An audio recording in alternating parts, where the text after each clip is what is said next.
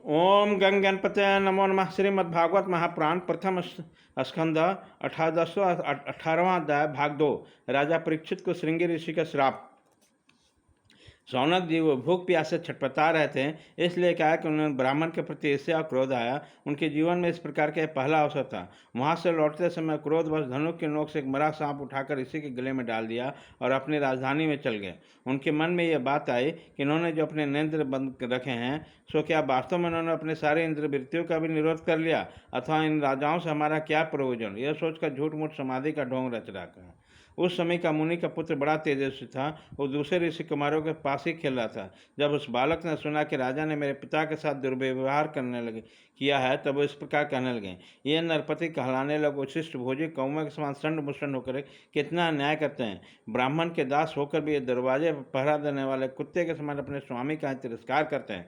ब्राह्मणों ने क्षत्रियों को अपना द्वारपाल बनाया है और द्वार पर रहकर रक्षा करनी चाहिए। घर में घुसकर स्वामी के बर्तन में खाने का उसे अधिकार नहीं है।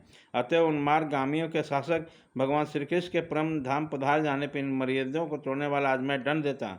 मेरा तपोबल देखो। अपने साथी बालकों से इस प्रकार कहकर क्रोध से लाल लाल आंखों वाला उस ऋषि कुमार ने कौशिकी नदी के जल का आचमन करके अपने बाणी रूपी ब्रज का प्रयोग किया। कुल अंगार परीक्षित ने मेरे पिता का अपमान करके मर्यादा का उल्लंघन किया, इसलिए मेरी प्रेरणा से आज के 7वें दिन उसे तक्षक सर्प डस लेगा। इसके बाद वह बालक अपने आश्रम पर गया और अपने पिता के गले में सांप देखकर उसे बड़ा दुख हुआ और डाढ़ मारकर रोने लगा। विप्रवर समीप मुनि ने अपने पुत्र को रोना चिल्लाना देखकर धीरे धीरे अपनी आंखें खोली और देखा उसके गले में एक मरा सांप पड़ा है। उसे फेंक कर अपने पुत्र से पूछा, बेटा तुम क्यों रो रहे हो? किसने तुम्हारा अपकार किया है? उसने इस प्रकार पूछने में बालक ने सारा हाल कहा सुनाया। भ्रमऋषि समीक ने राजा का सांप की बात सुनकर अपने पुत्र का अभिनंदन नहीं किया। उनकी दृष्टि में परीक्षित सांप के योग्य नहीं था। उन्होंने कहा, ओ मूर्ख बालक, तूने बड़ा पाप किया। खेद है कि उनकी थोड़ी सी गलती के लिए तूने इतना बड़ा दंड दिया।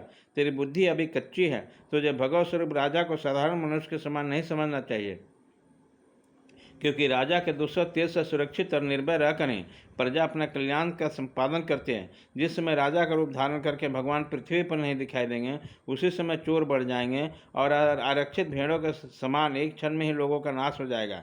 राजा के नष्ट हो जाने पर धन आदि चुराने वाले चोर जो पाप करेंगे, उसके साथ हमारा कोई संबंध न होने पर भी वो हम पर भी लागू होगा। क्योंकि राजा के न रहने पर लुटेरे बढ़ जाते हैं, तो आपस में मारपीट गाली गलौज करते हैं, साथ ही पशु स्त्री और धन संपत्ति भी लूट लेते हैं।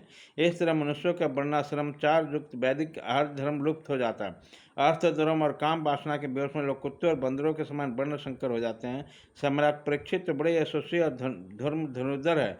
उन्होंने बड़े से अश्वमेध किया है और भगवान के प्यारे भक्त हैं। वहीं राजा से भोग प्यास से व्याकुल हमारे आश्रम पर आए थे। वो सांप के जो कदापि नहीं है।